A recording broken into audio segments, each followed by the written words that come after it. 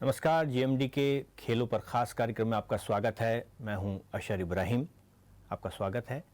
और क्रिकेट में इस टाइम जो सीरीज़ चल रही है साउथ अफ्रीका के साथ भारत की, हम उस पर बात करेंगे शुरुआत में, और टेबल टेनिस की भी बात करेंगे, महिला क्रिकेट की भी बात करेंगे।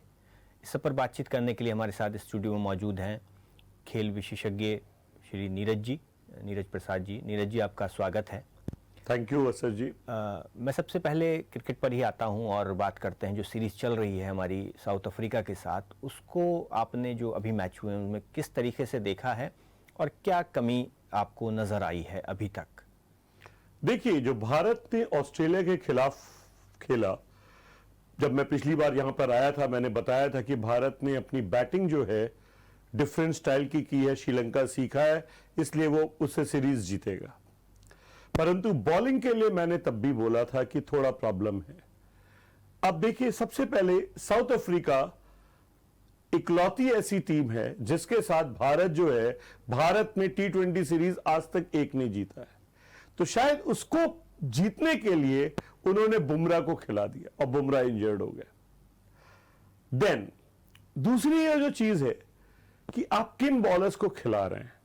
उमेश यादव को आप दोबारा टीम में लेके जा रहे हैं, जो कि हमारे वर्ल्ड कप जो 16 अक्टूबर से चालू होगा उसके लिए नहीं है। जनरली अगर हम पाकिस्तान और इंग्लैंड की सीरीज देखें, उन्होंने क्या किया है, अपनी बेंच स्ट्रेंथ को खिलाया है। देखिए, स्टोक्स नहीं खेल रहे हैं, उसके अलावा बटलर भी नहीं खेल रहे हैं, सो दैट जो नीचे वाले प्लेयर हैं उनमें कौन मैच लायक है उसको जाना जाए। दीपक चाहर आईपीएल में बहुत अच्छा करते हैं, यहां पे ये अच्छा करेंगे नहीं करेंगे इनको पहले से ही लाना था रादर इस टूर्नामेंट से। इसके अलावा स्पिन में विश्नोई को ट्राई करना उनका फर्ज बनता था। अश्विन सबको पता है कि अच्छी स्पिन कर लेंगे, चहल की लिमिटेशंस और पॉजिटिव दोनों पता है कैसी पिच पे अच्छा करेंगे। तो हमको जो हमारी टीम जो जा रही है, जो लोग संभावित हो सकते हैं, उनको डिफरेंट आयाम देने थे। हार्दिक पांड्या को रेस्ट करना बिल्कुल ठीक बात है क्योंकि वो फिनिशर थे। अब देखिए, अर्शदीप को ऑस्ट्रेलिया के खिलाफ ड्रॉप करने का कोई औचित्य नहीं था, उसको वहां पे खिलाना चाहिए था। उमेश यादव को खिलाने की जरूरत नहीं थी। उसने पाकिस्तान के खिलाफ एक कैच ड्रॉप किया था, बॉलिंग खराब नहीं की थी कि आपने उसको सीरीज से हटा दिया। तो जो मुझे प्लानिंग T20 वर्ल्ड कप के हिसाब से ना दिख के क्या दिख रही है, ये मुझे क्लैरिटी नहीं है। अब देखिए, पहला वनडे जो पहला T20 था हम लोग जीते, और किन पिचेस पे खिलाया जा रहा है अगर आप ध्यान दें। पहली पिच केरला में जहां पे कि बिल्कुल स्कोर नहीं होते हैं, सेकंड भी गुवाहाटी में है जहां पे भी 122 रन पे टीम जीत जाती है, तो वहां भी स्कोरिंग नहीं होगी। तो ये पिचेस पे मैचेस रखना, और ऑस्ट्रेलिया में जो सारी पिचेस हैं उस पे 150 160 के स्कोर होते हैं, 200 के नहीं होते। सो देयरफॉर हमको पिचेस ऐसी रखनी चाहिए थी, तो इन दोनों जगह पे रखना, और उसके बाद इंदौर में रखना जहां पे कि बहुत अच्छा स्कोर हो सकता है। तो जो वेन्यूज भी सिलेक्शन वो भी गड़बड़ है, वो वर्ल्ड कप की तैयारी के हिसाब से बिल्कुल नहीं है। देन उसके बाद साउथ अफ्रीका 3 वनडे खेल रही है। वनडे में अब देखिए क्या है, भारत ने अभी किया है कि एक आदमी शीट एंकर का रोल लेगा, जो हम लोगों ने यहां पे बात की थी कि यही आना चाहिए। पहले भारत ने अडॉप्ट नहीं किया एशिया कप में जब हमने बात की थी, बट अगेंस्ट ऑस्ट्रेलिया ये अडॉप्ट कर लिया। हम बोलते रहे कि वर्ल्ड कप में भारत को होना चाहिए कि एक बार रोहित शर्मा ने शीट एंकर का रोल किया जी, उसके बाद विराट कोहली ने शीट एंकर का रोल किया, और पिछले में केएल राहुल ने शीट एंकर का रोल किया कि इतना खराब 17 रन 1 विकेट 6 ओवर में, क्योंकि स्कोर बड़ा नहीं था, बट केएल राहुल ने कहा विकेट नहीं खोना है, दूसरी साइड से अटैक करेंगे। अब आपने 3 वनडे रख दिए, जो अटैकिंग का मोल्ड आ रहा था, वनडे में आप उतने अटैक नहीं कर सकते। तो जो एक टीम बिल्ड हो रही थी T20 के हिसाब से कि अटैक अटैक अटैक, जो हम लोगों ने बात की थी, वनडे में आपकी वो स्ट्रेटजी फिर खत्म हो जाएगी, फिर आप शेल में जाने लगेंगे। और सबको पता है कि हम लोग एक बात करते हैं, you play with planning and subconscious mind. Subconscious mind में आपका अटैक नहीं आएगा, जो 3 वनडे में काफी है। तो अगर मैं तो चाहूंगा नए लोग को खिलाया जाए, श्रेयस अय्यर को खिलाया जाए, ऐसे बैट्समैन जिससे कि वो उभर के आए, रादर देन जो ऑलरेडी सेट बैट्समैन है। हार्दिक पांड्या को वनडे खिलाने की जरूरत नहीं है, क्या जो हिटिंग जोन में। आपकी नजर में वनडे को पहले करना चाहिए था, या वनडे की जगह एक T20 सीरीज और खेली जा सकती थी किसी और के साथ? देखिए, पाकिस्तान और इंग्लैंड 7 T20 की सीरीज खेल रहे हैं, और अगर आप देखें पाकिस्तान ने क्या चर्न आउट किया, उन्होंने सारे अपने बॉलर्स को चर्न आउट कर दिया है। हारिस रऊफ कल के गेम में नहीं थे, नसीम अहमद नहीं खेल रहे हैं, दहानी को 3 ड्रॉप कर दिया गया, कल हसनैन को भी नहीं खिलाया गया, और 7 मैच खेल रहे हैं। अब उनकी टीम उभर के आ रही है। इंग्लैंड में तो बहुत सारे नए विनर्स आ रहे हैं, डकेट, ब्रुक्स एंड सॉल्ट, ये उनको 3 प्लेयर मिल गए जो कि उनका फ्यूचर है। तो जो फ्यूचर है उनको उन्होंने डेवलप किया है। तो यहां पे साउथ अफ्रीका के साथ 6 मैच की T20 सीरीज होनी थी, वनडे की जरूरत नहीं थी। जो भी क्रिकेट को समझते हैं वो समझ जाएंगे, माइंडसेट का पूरा गेम है, और ये उन्होंने बदल देंगे वनडे। इतनी अच्छी भारत की टीम आ रही थी, अटैक अटैक अटैक, उस माइंडसेट को ये खराब करेंगे। और बॉलर्स का हमें अभी तक समझ में नहीं आ रहा। बुमराह का ना होना, अब लोग बोलेंगे भुवनेश्वर कुमार को, जब आप यहां देख रहे हैं कि दीपक चाहर उनसे अच्छी गेंद कर रहे हैं, अर्शदीप की जो स्विंग हो रही है अमेजिंग है, और मैं तो बोलूंगा ये भारत के फ्यूचर जहीर खान है, लेफ्ट आर्मर, और वो लीन है, जो क्रिकेट समझते हैं कि वो थोड़ा सा शोल्डर टर्न करते हैं, बॉल बाहर जाती है, और थोड़ा सा वो लेफ्ट आर्मर आते हैं, शोल्डर विकेट पे लेते हैं, वो बाहर जाती है, और जरा से शोल्डर के टर्न से लीन है, शोल्डर टर्न कर लेते हैं, और बॉल अंदर बाहर। और किस तरह से उन्होंने 1 ओवर में 3 विकेट लिए हैं, मेरे ख्याल से स्विंग बॉलिंग इससे बेटर आपको कहां दिखी है। तो इनको आप चांस दीजिए। और जो लोग नहीं खेल रहे हैं, अब शामी, अगर आपने उनको टीम में रखा है रिजर्व में, तो उनको मैच खेलने चाहिए थे। 6 T20 होते तो उनको भी खिलाते। बिल्कुल। तो ये भारत की गड़बड़ी रही है। अगर अब हम बात कर ले जो अगला मैच होना है, क्योंकि जैसे पिछली बार मैं बता के गया था भारत ऑस्ट्रेलिया तो जीतेगा, और कल का मैच जिसमें जो होगा उसमें जो टीम बैटिंग फर्स्ट करेगी इज एट अ लॉस, क्योंकि स्विंग बॉलिंग शुरू में बहुत ज्यादा होती है, तो उसका स्कोर ज्यादा बनेगा नहीं, और भारत थोड़ी सी भी, बट अगर भारत पहले बैटिंग करेगा हारने के चांसेस ज्यादा है, और भारत सेकंड बैटिंग करेगा जीतने के चांसेस हैं। स्पिनर उतने इफेक्टिव नहीं है। साउथ अफ्रीका को चाहिए कि वो शमसी भारत के खिलाफ सक्सेसफुल नहीं होंगे, क्योंकि ग्राउंड छोटा है, उसको मारने के चक्कर में जाएंगे ही नहीं, स्कोर छोटा है। क्योंकि देखिए गुवाहाटी में ज्यादा स्कोर बनेगा नहीं। शमसी नंबर 1 बॉलर है, क्योंकि वो विकेट लेते हैं, क्योंकि जब लोग उनको मारने जाते हैं, भारत वहां पे 140 will be a winning total, तो देयरफॉर 150, मतलब मैं बोलूंगा 140 पे डर लगेगा, तो 150 पे तो आपको क्या है 7 रन का, तो आप शमसी पे अटैक करेंगे नहीं, फिर वो विकेट नहीं ले सकते। तो उनको एक नया बॉलर निगडी को लाना चाहिए या प्रेटोरियस को लाना चाहिए। सेम वे भारत में भी चेंजेस होने चाहिए। देखिए sky is a match winner, अब मैं बोलूंगा कि उनको सिर्फ इससे खिलाना चाहिए, अगर वो फ्लॉप भी हो जाए कोई गम नहीं है, क्योंकि जब खेलेंगे 25-30 रन बनाने के भी वो मैच विनर की वैल्यू रखते हैं। बिल्कुल। बट एक शीट एंकर के लिए शायद मुझे लगता है कि अब दिनेश कार्तिक और ऋषभ पंत में से एक ही टीम में होना चाहिए, और एक शीट एंकर श्रेयस अय्यर के रूप में टीम में आना चाहिए। तो ये चेंज होना चाहिए, क्योंकि अब एक्सपेरिमेंट का टाइम चला गया। ऋषभ पंत और दिनेश कार्तिक दोनों एक टीम में, ये मुझे कहीं से अच्छा नहीं लग रहा है। और दीपक चाहर आएंगे, आपकी बैटिंग स्ट्रेंथन हो गई है, क्योंकि ही कैन हिट सिक्सेस। किसी को श्रीलंका के साथ सीरीज याद हो, अंडर शिखर धवन, दीपक चाहर ने सिंगल हैंडेडली बैटिंग से भी मैच जिताया था। सिराज पर भी बात हुई है बॉलिंग को लेकर के, उनके बारे में आपका क्या विचार है? मैंने पहले भी बोला था, Siraj should be in Australian. जो भारत ने गाबा में 5 जीते थे, उसमें 5 विकेट इसने लिए हैं। इसकी बॉल बाउंस करती है। ऑस्ट्रेलियन पिचेस पे bouncy, the people who can bounce do well. अगर इसीलिए देखिए ऑस्ट्रेलिया की जो पेस बॉलिंग होती है, Hazlewood, Cummins, Starc, all 3 of them bounce the ball. इसीलिए पाकिस्तान की bowling will be effective in Australia. और अगर हारिस रऊफ जो बाउंस कराते हैं, he is a very successful bowler for Big Bash League. तो इसलिए वहां पे जो बॉल बाउंस करती है, जो बाउंस करा पाएगा वो सक्सेसफुल होता है। तो सिराज को अभी प्रैक्टिस करानी थी, मेरे ख्याल से बुमराह को नहीं लाना था, अभी सिराज को लाना था, सिराज का बॉलिंग प्रैक्टिस होती, और देखिए सडनली आके बॉलिंग नहीं होती। यहां पे जो बार बार लोग कह रहे थे कि बुमराह, और मैंने कि बुमराह होंगे तो क्या होगा, और मैंने कहा था बुमराह से कुछ फर्क नहीं पड़ेगा। अब अगर आप देखिए 4 ओवर में 50 रन दिए थे उन्होंने, तो वो कहां इफेक्टिव रहे? वो इफेक्टिव नहीं रहे, क्योंकि जहां से आप इंजरी है वो आप ना यॉर्कर मार सकते हैं ना आप, क्योंकि आपको जान लगानी पड़ेगी, स्ट्रेस फ्रैक्चर हो जाएगा। वही चीज हुई है। कभी टेक्निकल होगा तो बताऊंगा कि फर्क क्या पड़ा है। अब वो सेम बॉलर नहीं रह गए हैं, बट मैं तो बोलता हूं अच्छा है वो चले गए। अब दीपक चाहर टीम में आएंगे, जो कि हुल भी सक्सेसफुल।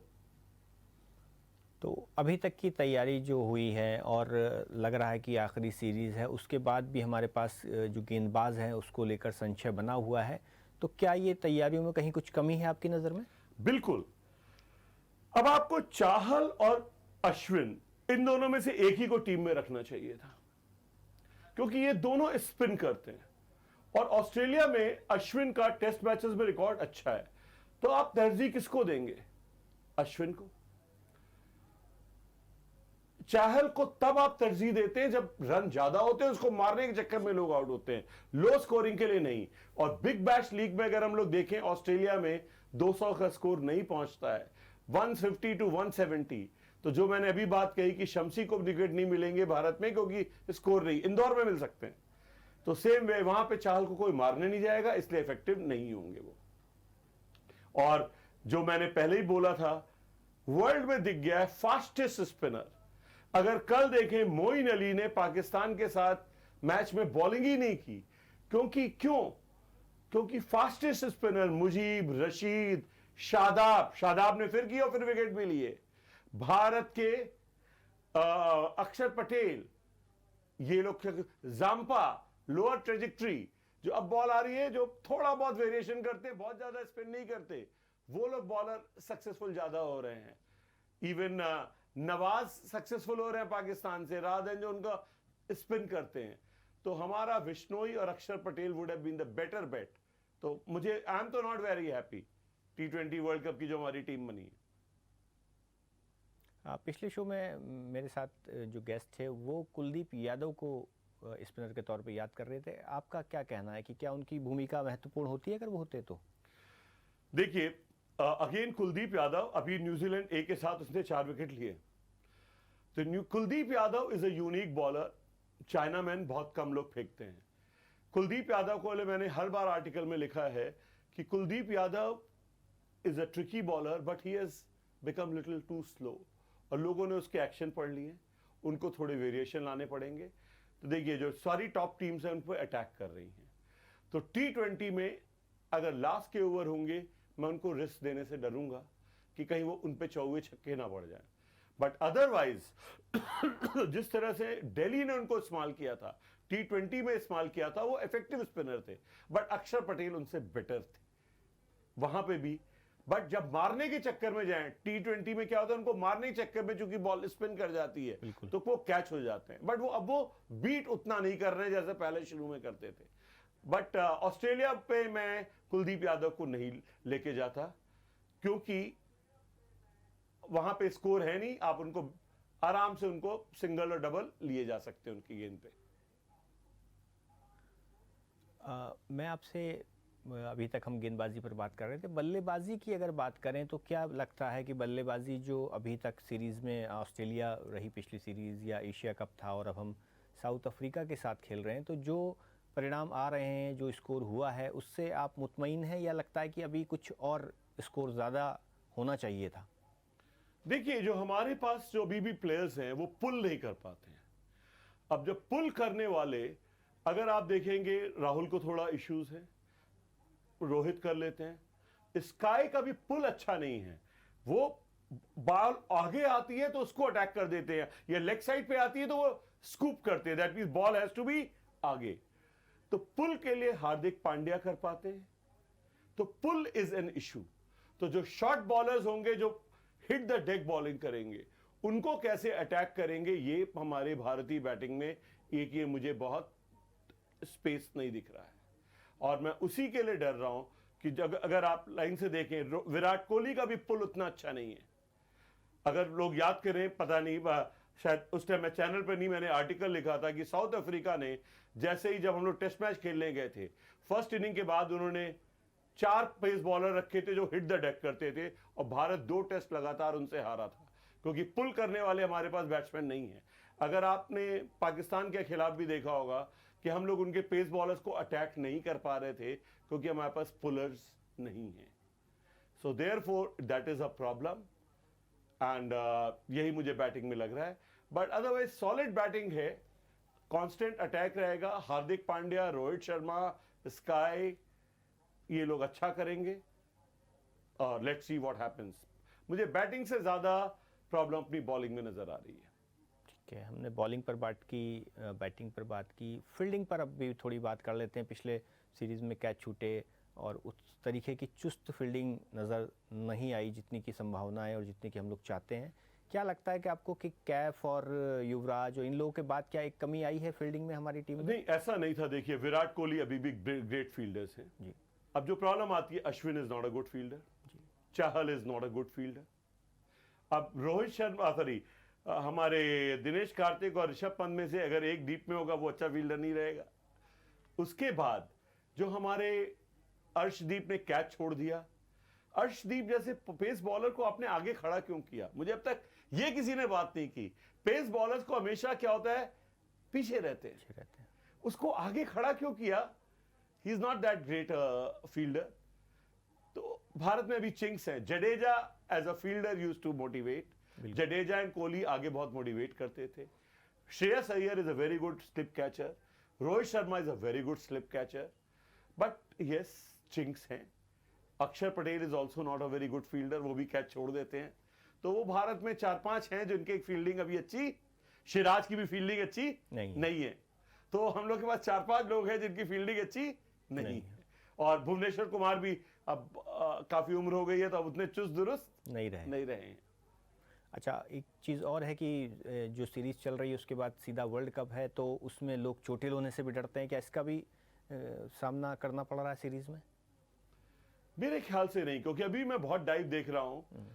तो चोटिल होने के लिए तो देखिए, अगर आप बोले कि बॉलिंग में 140-145, यस, मैंने अर्शदीप को भी देखा है, वो 145 की बजाय 136-137 कर रहे हैं, 138 कर रहे हैं, फुल ब्लास्ट नहीं जा रहे हैं। दीपक चाहर भी 130 कर रहे हैं, 135 नहीं कर रहे हैं। कोई भी चोटिल होना इस टाइम नहीं चाहता है।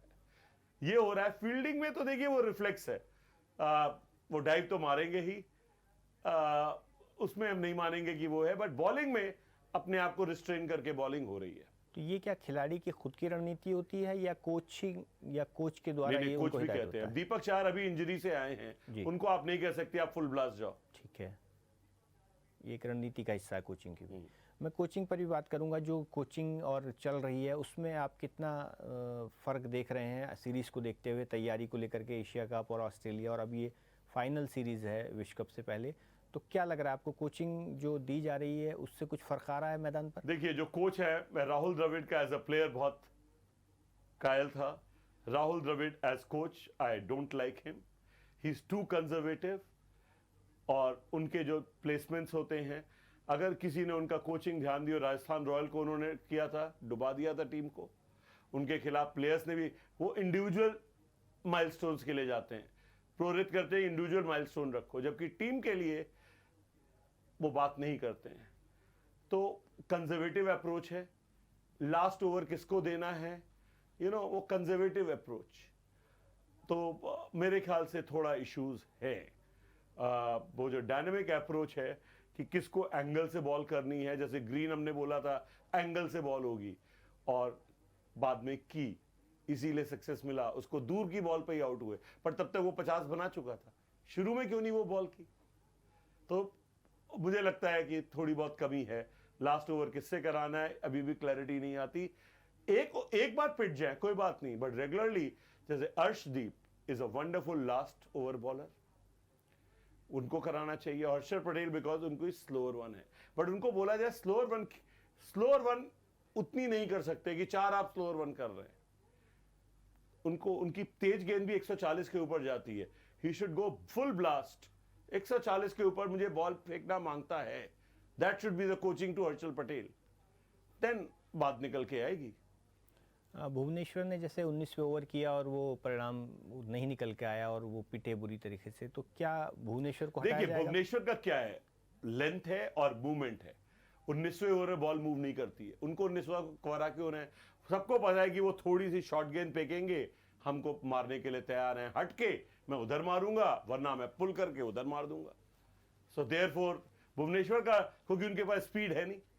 लास्ट में क्या होता है, या तो आपके पास स्पीड हो, या आपके पास यॉर्कर हो, या आपके पास वेरिएशन हो, ये तीनों चीजें भुवनेश्वर के पास नहीं है। तो उनको लास्ट में ओवर देने का औचित्य क्या है, ये यही मैं बोलता हूं, मतलब बेकार सब लोग समझ गए, लास्ट में या तो यॉर्कर होनी चाहिए, या विसल पास सिराज वाली गेंद तेज होनी चाहिए, या फिर स्लोअर वन और उसका मिक्सचर होना चाहिए। ये तीन नहीं है, आप लास्ट के ओवर नहीं कर सकते। बिल्कुल। मैं आपसे एक सवाल और ये जानना चाहता हूँ कि जो क्रिकेट ऑस्ट्रेलिया में होगा, जो विश्व कप होगा ऑस्ट्रेलिया में होगा, तो उसको देखते हुए क्या और तैयारियां भारत को ध्यान में रखनी चाहिए या कर रहे होंगे भारत के खिलाड़ी और कोच उस पर नज़र डाल रहे होंगे, पिच को लेकर के, क्लाइमेट को लेकर के क्या विशेष अलग है वहाँ पर भारत से? देखिए वहां पर बॉल स्विंग नहीं करती है, ये बहुत शॉकिंग बात है। ऑस्ट्रेलिया में चूंकि स्टेडियम बड़े बड़े हैं, उनमें कैपेसिटी भी बहुत ज्यादा होती है, तो सिर्फ ब्रिस्बेन को छोड़ के, जो कि गाबा वाला बोला जाता है, बाकी जगह बॉल स्विंग नहीं करती है। Sydney, of the wicket movement होता है, क्योंकि वहां की जो ग्रास है वो अलग है। ऑस्ट्रेलियन ग्रास एक फेमस नाम है, तो वो ग्रिप करती है गेंद पड़ने के बाद, तो बॉल थोड़ी राइज करती है, और वो भी राइज तब करेगी जब आप अपना शोल्डर लगाएंगे। इसीलिए अगर आप देखें कि नाथन लियोन जैसा बॉलर भी वो शोल्डर लगाता है, उसकी स्पिन भी बाउंस करती है, तो शोल्डर लगाने पे बॉल बाउंस करती है। तो वो बॉलर जो कि बाउंस, वेरिएबल बाउंस रखे, स्किड यूं करेगा, सो बॉल स्किड करेगी, लो बाउंस हो जाएगा। माइक मिशेल स्टार्क बहुत अच्छे इसमें बॉलर माने जाते हैं, वो यूं करते हैं, यॉर्कर बॉल लो रहती है और यूं पटकते हैं, बॉल उठ, तो सिर्फ रिस्ट एक्शन से। सो ये बॉलर जो इन चीजों में वेरिएट करेंगे, सिराज में ये चीज है, वो यूं भी करके बॉल को लोअर ट्रेजेक्टरी भी रखते हैं और यूं कर देते हैं, बॉल शूट आउट करती है। इसीलिए वो वहां पे अच्छे बॉलर है, इसीलिए एज मिलता है। तो देयरफॉर भारत को इस टाइम देखना हो जाएगा जो बॉल को बाउंस करा दे, और चाहर को ऑफ द कफ मूवमेंट और सीखना पड़ेगा, क्योंकि वो स्विंग पे विश्वास रखते हैं, वहां पे स्विंग नहीं होगी। Shami is a very effective bowler for Australia, because वो अपने शोल्डर से कभी बॉल को उठा देते हैं। उनका जो बाउंसर होता है इतना इफेक्टिव होता है, अगर किसी ने टेस्ट मैच में देखा हो तो he is a very effective bowler. I तो स्टिल रिग्रेटेड कि वर्ल्ड कप क्रिकेट में उनको टीम में नहीं रखा गया था, उन्होंने 4 विकेट भी लिए थे। You know, I do not know what's wrong with people with Shami, जो उनका, अगर किसी ने बॉल देखी, जो उनका सीम मूवमेंट है, उससे अच्छा सीम मूवमेंट मुझे वर्ल्ड में बॉलर नहीं दिखते। सीम जिस तरह से बॉल से रिलीज होने के बाद जाती है, अगर मेरा पिक ऑफ बॉलर्स हैं तो वो होंगे शामी, चाहर एंड सिराज। ये 3 मेरे मेन बॉलर होंगे, और चौथा अर्शदीप। ये 4 बॉलर में मुझे पूरा वर्ल्ड कप क्रिकेट खिलाना है। स्पिनरों में आप किन की बात करेंगे अगर आपकी नज़र में स्पिनर? देखिए, मैं तो स्पिनर में सीधा बात करूंगा, सिर्फ एक स्पिनर रहना चाहिए हमारा, और वो है अक्षर पटेल, और कोई स्पिनर नहीं। मेरे पास एक एक्स्ट्रा बॉलर, 4 पेसर्स, एक स्पिनर, और उसके बाद मेरे पास हार्दिक पांड्या करके एक और बॉलर है। खत्म कहानी। मैं सिर्फ एक स्पिनर के साथ ऑस्ट्रेलिया में खेलना चाहूंगा, तो यानी एक्सेप्ट मेलबोर्न, वहां पे 2 स्पिनर खेल लेंगे। अश्विन की संभावनाएं आपकी नज़र में कम है? एज अ कोच मैं नहीं खिलाना चाहूंगा। अभी जो एक समय हो गया है ब्रेक का, और ब्रेक पर चलते हैं। ब्रेक के बाद हम फिर बाकी बात करेंगे कि क्या किस तरीके से मैच आगे बढ़ेगा। बाकी जो टीमें हैं हम उनकी भी बात करेंगे कि वो किस तरीके से खेल रही हैं और उनकी क्या तैयारियां हैं, उस पर भी हम बात करेंगे। फ़िलहाल वक्त है एक ब्रेक का। ब्रेक के बाद आपका स्वागत है। हम बात कर रहे हैं क्रिकेट की, और जो विश्व कप T20 है उसमें अब कुछ समय बाकी है। सभी लोग तैयारी पे लगे हुए हैं। हम अभी बात कर रहे थे भारत की तैयारी पे, तो अब हम और टीमों पर बात करते हैं कि उनकी तैयारियां किस तरीके से चल रही हैं। जो इंग्लैंड और पाकिस्तान का दौरा एक चल रहा है T20 सीरीज़ का, उस पर बात करते हैं। वो किस तरीके से तैयारियां हैं, किस तरीके से वो खेल रहे हैं। नीरज जी, ये बताइएगा, ये जो सीरीज़ है इसको आप किस नज़र से देखते हैं, और अभी तक जो खेल चला है उसमें दोनों में क्या खासियत आपको नज़र आई है तैयारी को देखते हुए? देखिए, आईपीएल एक बहुत बड़ी सक्सेस स्टोरी रहा। इसका लोगों ने देखा कि भारत के पास, हम लोग बोलते हैं, 4 टीम्स हैं जो कि खेल सकती हैं टॉप लेवल पे। इंग्लैंड ने एक चालू किया 100s, और 100 के कारण जो इस टाइम इंग्लैंड की टीम है, जो अभी मैं टीम देख रहा हूं, उनमें उसमें जो प्लेयर्स हैं, जेसन रॉय अब शायद कभी नहीं खेलेंगे, फिल सॉल्ट आ गए हैं, डकेट, ब्रुक्स, क्या क्या शॉट्स लगाते हैं, जो सूर्य कुमार यादव वाली शॉट्स वो लोग लगाते हैं, और उनका स्ट्राइक रेट 140 150 है। बॉलर्स, जो नए बॉलर्स आए हैं, वुड ठीक है, बट ग्लिक्सन, टोपली, जो कि टेस्ट मैच और वनडे से उनका कोई लेना देना नहीं है, ये 100 की देन है। अगर भारत भी याद करे, टोपली ने भारत को उड़ा दिया था। तो ये नए बॉलर्स हैं। सेम वे पाकिस्तान की जो लीग थी, उसका स्टैंडर्ड काफी अच्छा है। तो अगर आप उनको देखिए, जो उनकी प्रॉब्लम थी मिडिल ऑर्डर, उनमें हर बार चर्निंग हो रही है, दे आर गिविंग चांस। नए नए, कभी रऊफ आ जाते हैं, कभी हैदर अली आ जाते हैं, कभी असद अली आ जाते हैं। उनके मिडिल ऑर्डर में उन्होंने 6-7 प्लेयर को चेंज किया है। दैट मीन्स अब उनके पास भी भारत की तरह स्टॉक हो रहा है, और इन दोनों टीम ने इस टाइम अपने नए प्लेयर्स को ब्लड किया। कई दिख गए जो अच्छे नहीं है, बट कई ऐसे भी चमक गए जिनका मैंने नाम लिया है कि they will be very very good. अभी तो जो उनके बॉलिंग में देख रहा था, वसीम जूनियर 20 साल के, बाकी लोग जो मेन प्लेयर्स थे कोई खेल नहीं रहा है, and he is a good bowler. तो अब इफ्तिकार, जो कभी बॉलिंग नहीं करते थे, सडनली उन्होंने, इफ्तिकार ने बॉलिंग की और बहुत अच्छी बॉलिंग की। सो देयरफॉर वो अपनी नई क्रॉप डेवलप कर रहे हैं, और I can assure you, Bharat के आईपीएल के सक्सेस के कारण सबने अपने अपने टूर्नामेंट, लोकल टूर्नामेंट चालू कर दिए हैं। अब बाकी टीमों में भी वही होगा। कब कौन खेलेगा पता नहीं, कब कौन से लोग अच्छा खेलेंगे, नए नए चेहरे आते जाएंगे, और अगर आपने 2-3 मैच अच्छा नहीं खेला, आप बाहर हैं। तो उन लोग की भी तैयारी काफी सशक्त चल रही है।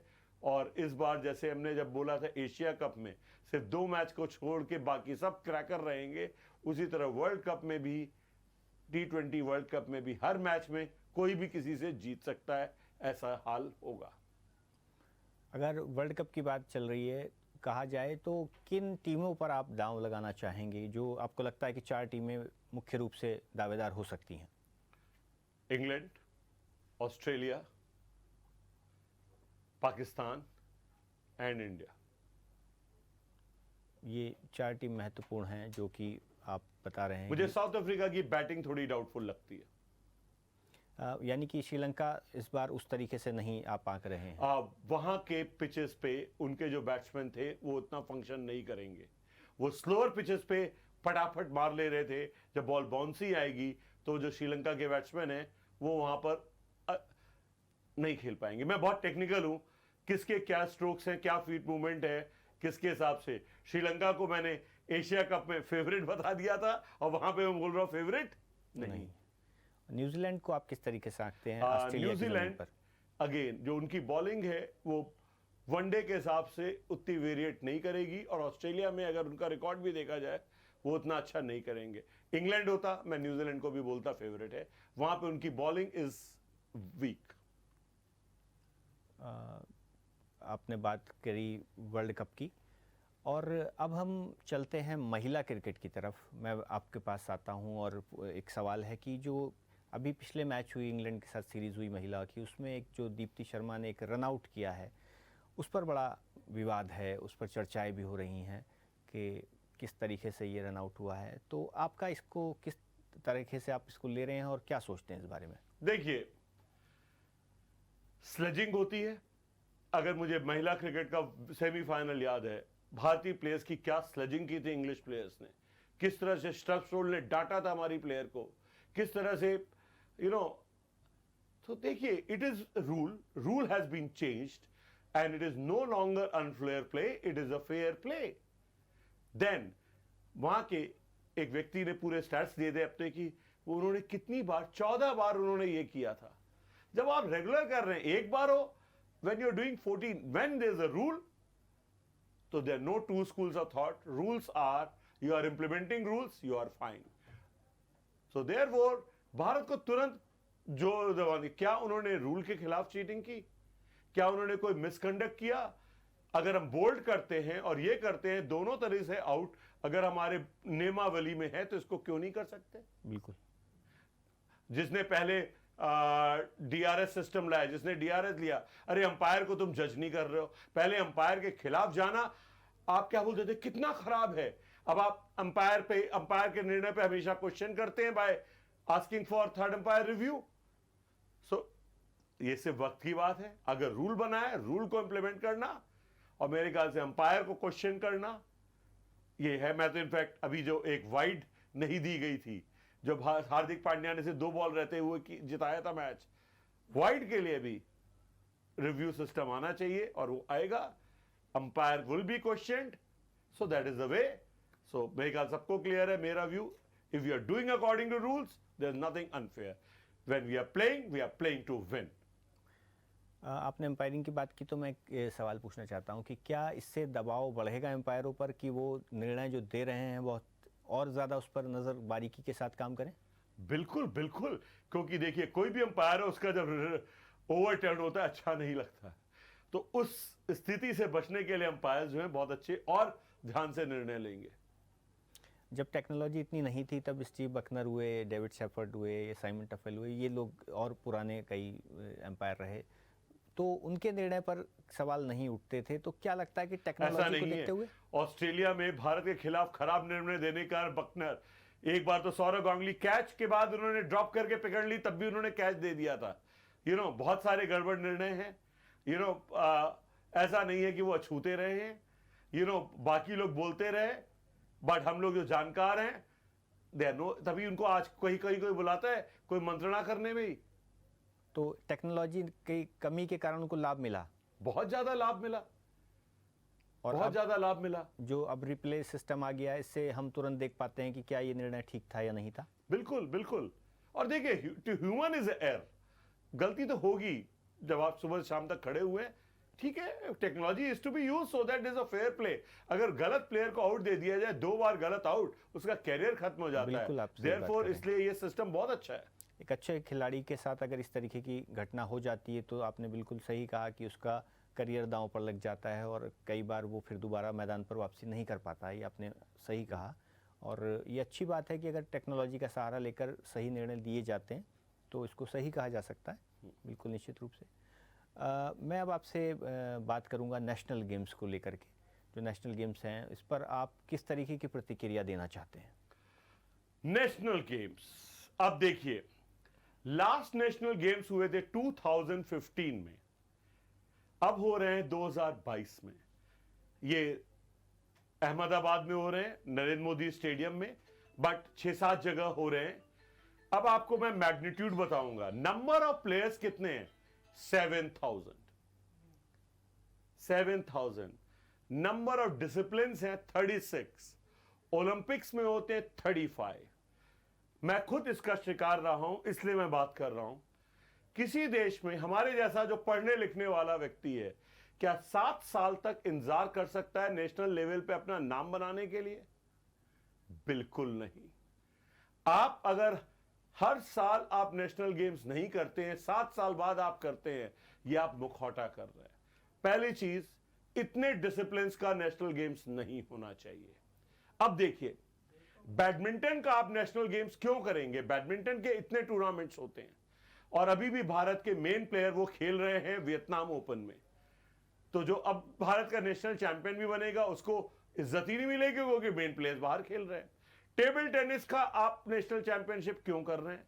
अभी वर्ल्ड टेबल टेनिस चैंपियनशिप हो रही है, सारे भारत के प्लेयर वहां पे खेलने गए हैं, तो भारत में कौन खेलेगा? देन अभी रेसलिंग की वर्ल्ड चैंपियनशिप अभी हुई थी, बजरंग पुनिया इंजर्ड हैं, सारे लोग इंजर्ड हैं। अब जब रेसलिंग के इतने अच्छे टूर्नामेंट्स होते हैं, तो रेसलिंग का सेपरेट टूर्नामेंट होना चाहिए जो कि वर्ल्ड के कैलेंडर से अलग हो। शूटिंग के, एशियन शूटिंग अभी खत्म हुई है। पिछली बार मैं बोलूंगा कि जो पिछला 2015 हुआ था, विजय कुमार ने 5 गोल्ड जीत लिए थे, क्योंकि जो मेन शूटर्स हैं वो तो नेशनल गेम्स में आएंगे ही नहीं, फिर कोई ऐसे ही जीत के आ जाएगा, फिर उसको वरी था। तो देखिए, शूटिंग है उसका अलग चैंपियनशिप होनी चाहिए, बैडमिंटन है उसकी अलग चैंपियनशिप होनी चाहिए, क्योंकि वो वर्ल्ड कैलेंडर से मैच करे। तो ये जो 7,000 लोग हैं, इसमें जो होना चाहिए जिसमें वर्ल्ड कैलेंडर नहीं है, वो है जो non traditional sports, athletics, swimming, gymnastics, lawn bowling, taekwondo, judo, जिसके कि उतने टूर्नामेंट नहीं होते। हॉकी का इंटर स्टेट टूर्नामेंट होना चाहिए, नेशनल गेम्स उसमें क्या मतलब है? सो देयरफॉर मेरे ख्याल से ये डिसिप्लिन से 15-18 होने चाहिए, उससे ज्यादा नहीं हो। देखिए 7,000 लोगों को, अगर मैं कानपुर बात करूं, एक क्रिकेट टीम आती है भारत, कानपुर शहर में क्या होता है, ट्रैफिक जाम लग जाता है। अब अगर आप सोचिए 7,000 लोग आ गए कानपुर में, तो क्या होगा शहर का हाल? इस कारण कोई भी इसकी मेजबानी करने के लिए तैयार ही नहीं होता है, ना किसी शहर में उसके लिए सुविधाएं हैं। सुविधाएं बिल्कुल बिल्कुल, ओलंपिक से ज्यादा आप एक प्रोपोगंडा तो कर रहे हो। अब हमारे टाइम में भी नेशनल नहीं हुए, हम लोग कॉलेज निकल रहे हैं, यूनिवर्सिटी के कैप्टन हैं, स्टेट के लिए खेल रहे हैं, बट नेशनल गेम नहीं है। उसके बाद छोड़ो यार, नाउ लेट्स गो डाउन, पढ़ाई करो, अपनी नौकरी करो। हम सब लोग खेलना छोड़ देते हैं। जो भी थोड़ा पढ़ाई लिखाई करने वाला व्यक्ति होगा, वो कॉलेज के दौरान अपनी बेस्ट गेम खेलता है, उस टाइम नेशनल हो वो जाके खेलेगा, उसके बाद जाके वो नेशनल नहीं खेले। It is wonderful. अब देखिए, कल मीराबाई से उन्होंने वहां पे गोल्ड लिया, उनको ना कोई कंपटीशन मिला, कोई फायदा ही नहीं है। ठीक है, आप अलग टूर्नामेंट कराइए। नेशनल गेम्स जिसके लिए कंपटीशन चाहिए, इंडिविजुअल स्पोर्ट्स हैं, ये कभी भी हो सकते हैं। बिल्कुल। तो जिसमें स्टेट से लोग आए, तो नेशनल गेम्स थोड़े कम लोगों, तो हर बार स्टेट को हो कि इस बार इसको करना है, अगले 4 साल, जिससे कि हर एक को अपना इंफ्रास्ट्रक्चर भी बनाए। बिल्कुल। अभी तो कोई मेजबान करने के लिए 7,000 लोगों को कौन एंटरटेन कर सकता है? 35 डिसिप्लिन को। किसी शहर के पास इंफ्रास्ट्रक्चर नहीं है। नहीं, बड़ी महत्वपूर्ण आपने बात कही है, और बड़ी वाजिब भी बात है कि एक साथ इतने लोगों का एक शहर में होना और उनको एंटरटेन करना संभव नहीं है। इसके अलावा जो टेबल टेनिस का वर्ल्ड कप चल रहा है, उस पर भी मैं थोड़ी सी चलते चलते चर्चा चाहता हूं कि उसको किस तरीके से देखते हैं और कौन दावेदार आपको लग रहा है उसमें? टेबल टेनिस, क्योंकि मैं नेशनल खेला हूं टेबल टेनिस से, तो ये मेरे दिल का है। मुझे बड़ा अच्छा लगा कि आपने उसके बारे में बात की। कॉमनवेल्थ में हमने बहुत अच्छा किया, इतने गोल्ड मेडल जीते, और मैं भी यहां पे था जो हम बात कर रहे थे कि कॉमनवेल्थ में इतने गोल्ड मेडल हम लोग जीतेंगे। विश्व में भारत की कोई स्थिति नहीं है। मनिका बत्रा जर्मनी से खेल रही थी, 2 पे 3 पे हार रही थी। मेन में भी हालत खराब है। इसीलिए, और ये ओलंपिक्स के बाद अभी वर्ल्ड टीम चैंपियनशिप जो हो रही है, ये सबसे बड़ा टूर्नामेंट है। गलती से क्या है, इस टाइम अगर वर्ल्ड के टॉप 3 प्लेयर्स बोले जाएं, तीनों के तीनों चाइनीज हैं। Ma Long, Fan Zhendong, they have been number 1 and 2 for 10 years। Same way women में भी top 3 players again are from China. तो निर्विवाद रूप से टॉप टीम चाइना है, बट मेन में कंपटीशन हो रहा है। पहले क्या था, सिर्फ 1-2 टीम्स थी, और एशियन जाइंट्स होते थे, कोरिया एंड जापान। दोबारा से 1980-90 में स्वीडन, फेलेक आ गए हैं, कार्लसन आ गए, वो top good players, they are doing very well. Germany से फ्रांसिस्का हैं और ओवचरो आ गए हैं, जो कि बहुत अच्छा कर रहे हैं। शायद ये नाम आपको पहली बार सुन रहे होंगे। बिल्कुल सही। उसके बाद ब्राजील से भी Calderano has been number 5th player in the world, he has come. In fact Asiad में भी ईरान के players are better rank than Indian players. It will come as a shock. Hong Kong को तो वो चुमके ऑन हमेशा से रहे हैं। सो देयरफॉर, तो जो मेन टीम्स अब आपकी हो जाती हैं, दोज आर, जो हमने सारे बता दिए, ब्राजील हो गया, जर्मनी हो गया, Sweden, Korea, Japan and China top. Women में top is again China, second is Japan, then we come to Germany, and women में उसके बाद बहुत सारी फाइट है, कोई किसी से भी जीत सकता है. It's a very Korea is also doing well enough, but you'll be shocked. कल कोरिया हारा है लग्जमबर्ग से विमेन में.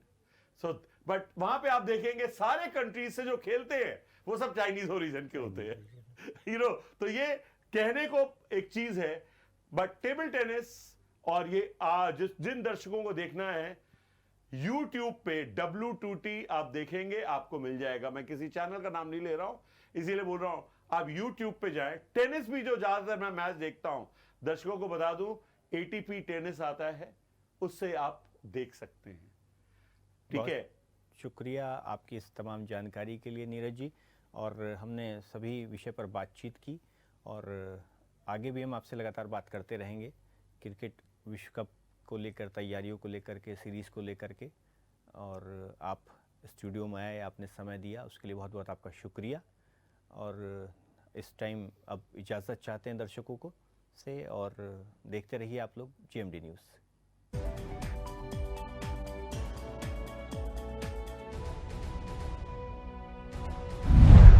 अगर आपको हमारा वीडियो पसंद आया हो तो हमें लाइक करें, सब्सक्राइब करें और ज्यादा से ज्यादा शेयर करें. और हाँ, बेल आइकॉन दबाना ना भूलें ताकि हर खबर का अपडेट आप तक पहुंचे तुरंत. आप हमें इंस्टा, ट्विटर और फेसबुक पर भी फॉलो कर सकते हैं. हमारी ID है @GMD News Flash.